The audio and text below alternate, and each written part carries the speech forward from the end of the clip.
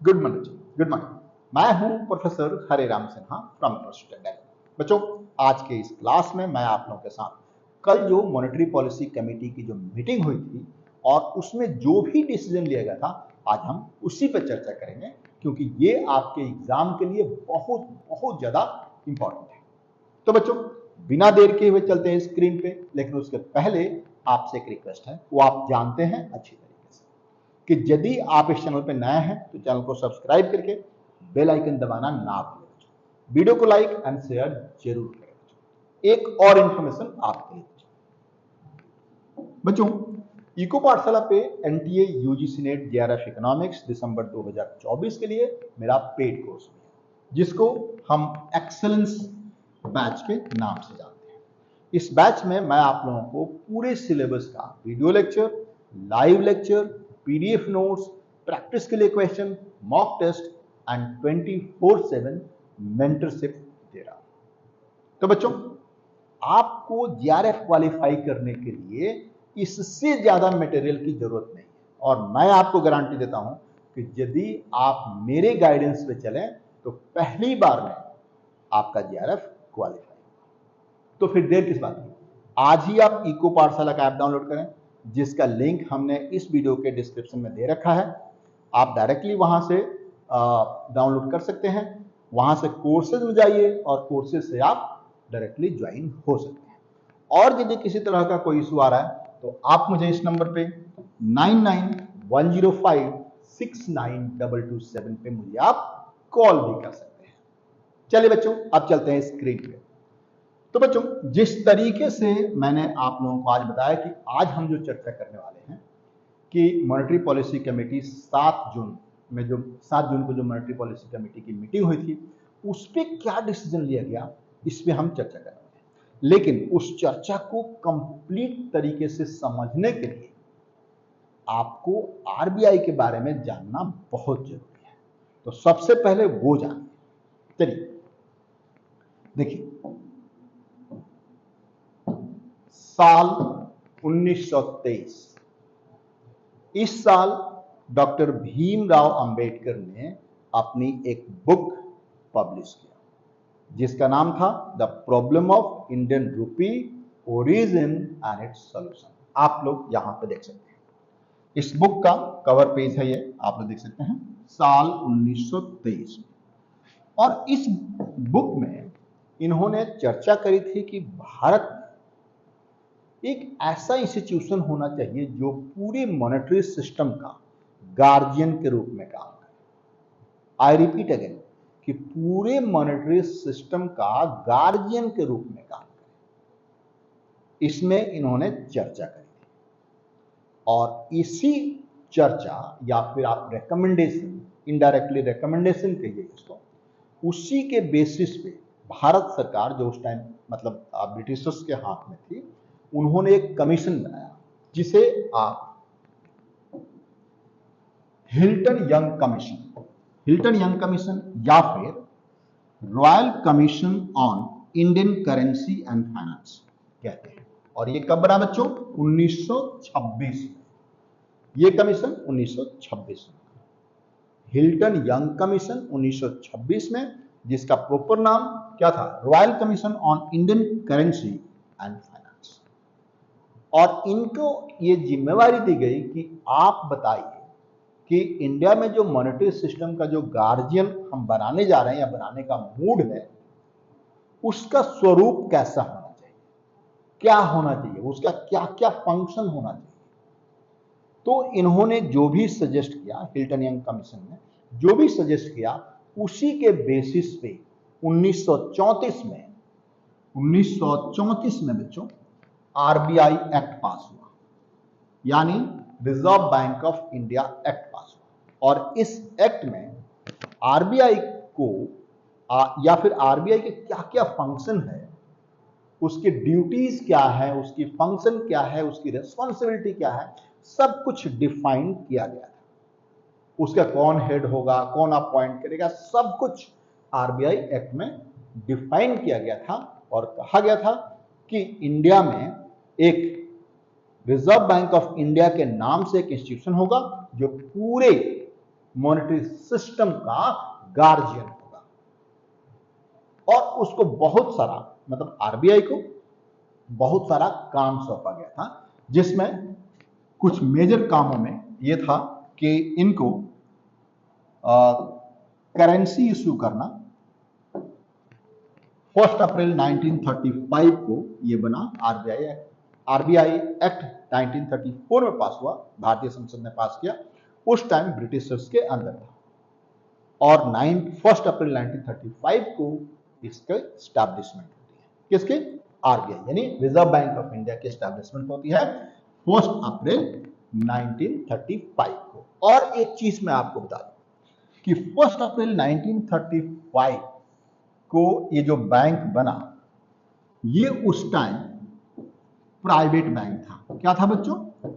Private bank था, यानी ये सरकार का बैंक नहीं था बच्चों, ये प्राइवेट बैंक। और 1949 में इस सरकार ने एक रूल पास करा और इस टाइम आरबीआई को नेशनलाइज कर दिया गया, यानी भारत सरकार ने अपने हाथ में ले ली।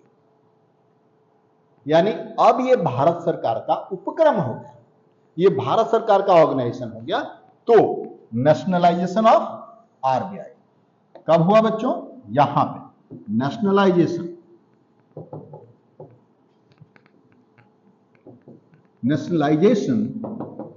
ऑफ आरबीआई है ना बच्चों, नेशनलाइजेशन ऑफ आरबीआई 1949 में। मतलब ये कई बार आपसे क्वेश्चन आता है कि आरबीआई कितने दिन तक एज ए प्राइवेट बैंक था, तो आप कैलकुलेट कर लीजिए 1935 से 1949 तक, इतने दिन तक प्राइवेट बैंक था बच्चों। ठीक है, अब थोड़े और आगे बढ़ते हैं, देखते हैं क्या है। थोड़ा नेक्स्ट पेज पे चलते हैं। अब यहां पे देख सकते हैं बच्चों कि आरबीआई मॉनेटरी पॉलिसी, आप यहां पे देखिए प्लीज, कि मॉनेटरी पॉलिसी कमेटी, आरबीआई हमने अभी तक देख लिया कि आरबीआई कंस्टिट्यूटेड कैसे हुआ, मतलब एस्टैब्लिश्ड कैसे हुआ, ये सब हमने देख लिया। अब वहां पे चूंकि आज का main focus monetary policy committee पे है, तो मॉनेटरी पॉलिसी कमेटी देखिए क्या है।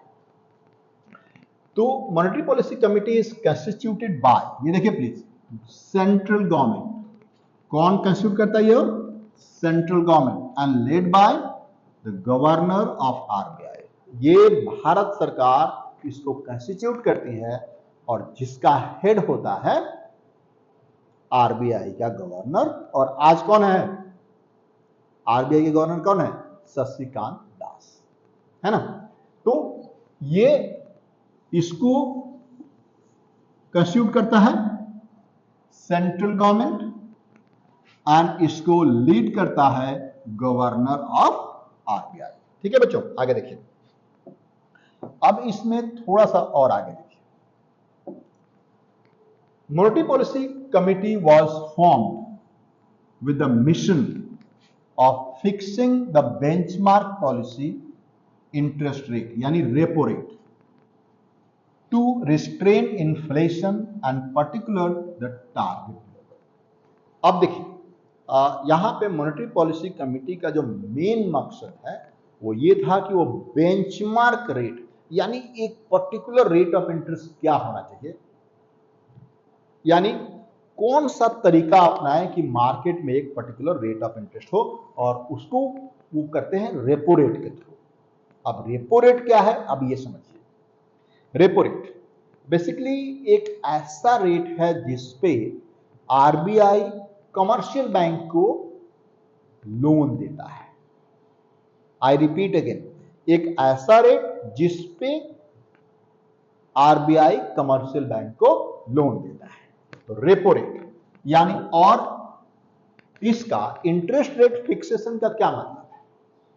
एक बेंचमार्क सेट करके इंटरेस्ट रेट को फिक्स करना, और जिसका मेन मकसद है कि इन्फ्लेशन को कंट्रोल में रखना, प्राइसेस को कंट्रोल में रखना, मनी की वैल्यू को कंट्रोल में रखना। मॉनेटरी पॉलिसी कमेटी की जो मीटिंग होती है साल में कम से कम 4 बार होनी चाहिए, साल में कम से कम 4 बार होनी चाहिए। एंड जो भी उसमें डिसीजन लिया जाता है उसको मीटिंग के बाद पब्लिश किया जाना चाहिए एंड हर मेंबर अपनी ओपिनियन को उसमें एक्सप्लेन करता है बच्चों। ठीक है, अब आगे देखिए। अब थोड़ा सा हाईलाइट पे हम बात कर रहे हैं। अभी तक तो हमने ये डिसीजन देख लिया कि आरबीआई का फॉर्मुलेशन क्या है, मॉनेटरी पॉलिसी कमेटी क्या है। अब जो कल जो डिसीजन हुआ था उसके हाइलाइट्स क्या क्या है देखिए प्लीज। यहां देखिए पहली हाइलाइट क्या है। पहली हाइलाइट आप देख सकते हैं यहां पे पहला पॉइंट कि 7 जून 2024 को repo rate remain unchanged at 6.5%। Repo rate में कोई चेंज नहीं हुआ, अभी भी वो 6.5% ही है। रियल जीडीपी का ग्रोथ जो है 2024-25 में 7.2% प्रोजेक्टेड है। मतलब इस साल 24-25 के फाइनेंशियल ईयर में जो आपका रियल जीडीपी का ग्रोथ है वो 7.2% है। सीपीआई इन्फ्लेशन 4.5% प्रोजेक्टेड है। कितना बच्चों? 4.5% प्रोजेक्टेड है।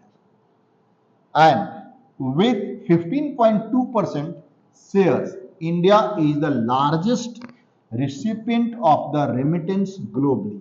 यानी इंडिया को वर्ल्ड में सबसे ज्यादा रेमिटेंसेस मिलते हैं। कितना है? पूरे टोटल का 15.2% बच्चों। कितना परसेंट बच्चों? 15.2% आप यहां पे देख सकते हैं। इसके बाद देखिए इंडिया का जो फॉरेक्स एक्सचेंज रिजर्व है, फॉरेक्स यानी फॉरेन एक्सचेंज रिजर्व यानी डॉलर्स, पाउंड्स, जिसका भी हम रिजर्व रखते हैं, रिकॉर्ड हाई पे है, यानी हिस्टोरिकली हाई लेवल पे है। वो कितना है बच्चों? आप देख सकते हैं 31 मई को ये था 651.5 billion dollar. 651.5 billion dollar. And इसके बाद ये कह रहे हैं बच्चों क्या कि हम कोशिश करेंगे, अभी वेट कर रहे हैं कि इन्फ्लेशन का जो रेट है वो 4.4% के अराउंड स्टेबलाइज हो। इसके बारे में और गवर्नमेंट पॉलिसी के बारे में उन्होंने बोला कि हमारा अभी इस पर हम कुछ कमेंट नहीं कर सकते हैं और फ्यूचर रेट कट है उस पर हम कोई अभी हम कुछ बोलने की स्थिति में नहीं है कि कल को हमारा रेट कम होगा या बढ़ेगा। आज के डेट में हम उस पर कमेंट करने की स्थिति में नहीं। तो बच्चों ये था आज का लेक्चर, आज का वीडियो। अच्छा लगा तो आप लाइक एंड शेयर जरूर करें। Thank you.